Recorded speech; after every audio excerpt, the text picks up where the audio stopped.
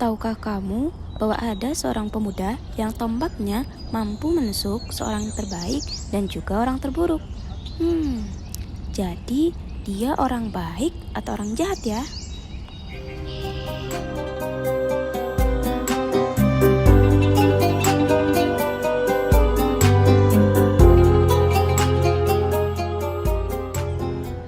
Assalamualaikum teman-teman, selamat pagi. Gimana nih kabarnya hari ini?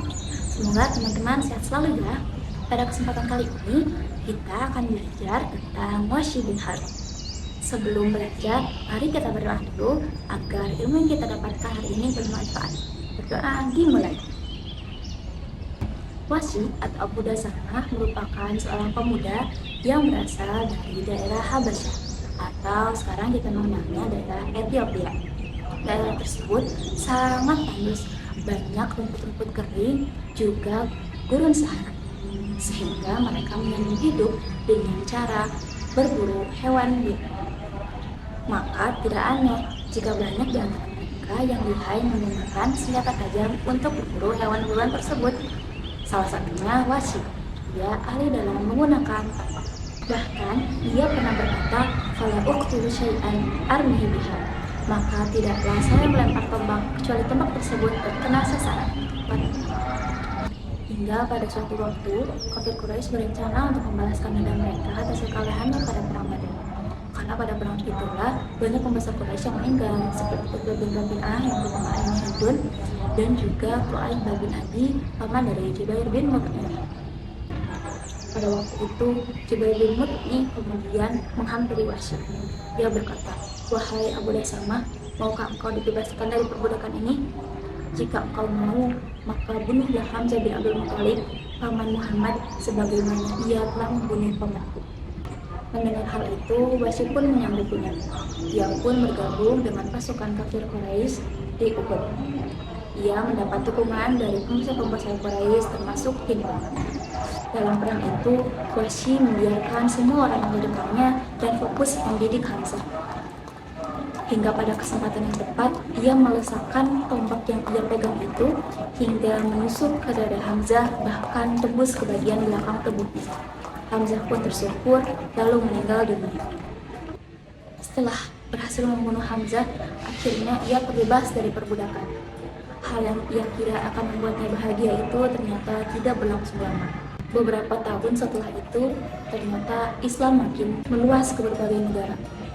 Bahkan, orang-orang yang membelanya ketika ia membunuh Hamzah malah masuk Islam pada peristiwa Fathu Makkah.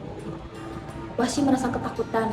Ia takut Rasulullah mengirim seseorang untuk membunuhnya. Akhirnya, ia melarikan diri ke berbagai daerah. Tapi tidak ia temui daerah yang membuatnya merasa aman. Sampai akhirnya sahabatnya mendengarkannya untuk segera menghampiri Rasulullah dan meminta maaf kepadanya. Setelah memikirkannya matang-matang, akhirnya Wasy pun berangkat ke Madinah. Ia menghampiri Rasulullah yang pada saat itu berada di masjid. Ia mengucapkan salam, lalu bersyahadat, sehingga ia masuk Islam sejak saat itu. Rasulullah menyambutnya dengan gembira karena ia belum tahu siapa yang datang. Setelah melihat wajahnya, ia pun berkata, "Apakah engkau Wasy?" "Iya ya Rasulullah." Dan Rasulullah pun berkata, "Tolong jelaskan kepadaku bagaimana engkau membunuh Hamzah."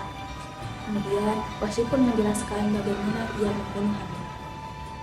Rasulullah sedih yang amat sedih.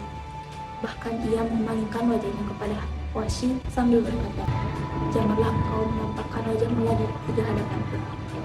Sejak saat itu, Wasy berusaha berubah menjadi lebih baik dan juga berusaha untuk bersembunyi-sembunyi agar tidak terlihat oleh Rasulullah.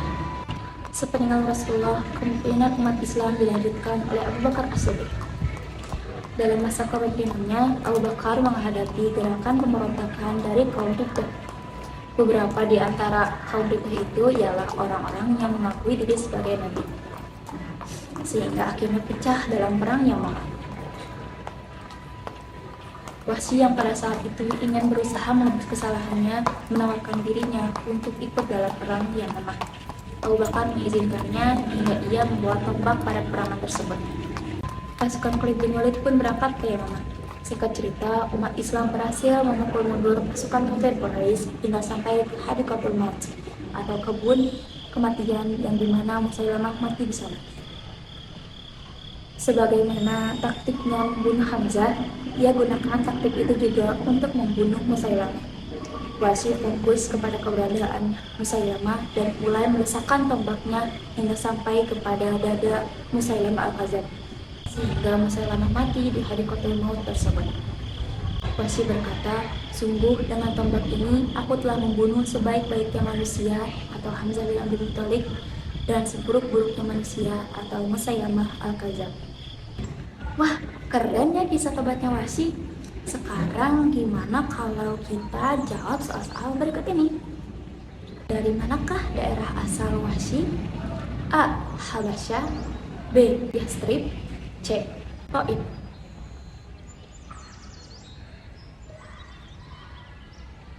Wah, betul sekali. Jawabannya Habasyah. Coba ke soal selanjutnya. Siapakah yang dibunuh Wahsy? A. Hamzah bin Abu Thalib dan Musailamah Al-Kadzab, B. Hamzah bin Abdul Muthalib dan Musailamah Al-Kadzab, C. Abu Jahal dan Musailamah Al-Kadzab.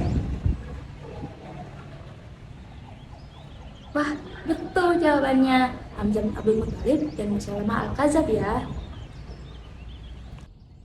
Kalian hebat. Teman-teman, dari kisah ini kita banyak belajar bahwasanya kita harus menjadi pribadi yang pemaaf dan juga ringan lisan kita untuk memohon maaf kepada orang lain. Dengan begitu akan terpancar kasih sayang di antara kita sehingga kita bisa mewujudkan Islam rahmatan lil alamin. Kita juga harus senantiasa optimis dan dilarang putus asa dari rahmat Allah, sebagaimana di surah Rasulullah, "Ittaqillah haitsu kunta wa asmi sayyatal hasanata tamuha wa khaliqin nas bi khuluqin hasanah." Artinya, bertakwalah kamu kepada Allah dimanapun kamu berada dan iringilah keburukan itu dengan kebaikan. Dan pergaulilah manusia dengan akhlak yang baik. Jadi, jangan putus asa dari rahmat Allah ya teman-teman. Segitu dulu. Terima kasih. Assalamualaikum warahmatullahi wabarakatuh. Dadah.